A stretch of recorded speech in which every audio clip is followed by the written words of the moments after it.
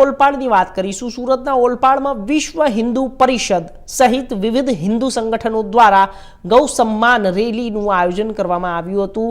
આ રેલીમાં ગૌમાતાને રાષ્ટ્રીય ગૌમાતા જાહેર કરવાની માંગ સાથે મોટી સંખ્યામાં કાર્યકરો અને ગૌ ભક્તો જોડાયા હતા અને સાથે સાથે જ તમામ લોકો ભૂતિયા હનુમાન મંદિર ખાતેથી અહીં ગૌ સન્માન રેલી પહેલા હનુમાન ચાલીસાનું પઠન કરવામાં આવ્યું। વિશ્વ હિન્દુ પરિષદ અને અન્ય હિન્દુ સંગઠનોના આગેવાનો અને કાર્યકરો પ્રાંત કચેરી તરફ પદયાત્રા સ્વરૂપે આગળ વધ્યા હતા અને કાર્યકરોએ હાથમાં બેનરો અને ધાર્મિક સૂત્રો સાથે ગૌમાતા પ્રત્યે આસ્થા વ્યક્ત કરી હતી। આશરે 1 કિલોમીટર લાંબી પદયાત્રા કરીને તેઓ ઓલપાડ પ્રાંત કચેરીએ પહોંચ્યા હતા, જ્યાં જય શ્રી રામના નારા લગાવવામાં આવ્યા। રાજ્યપાલ અને મુખ્યમંત્રીને સંબોધીને આવેદનપત્ર પ્રાંત અધિકારીને સુપ્રત કરવામાં આવ્યું હતું।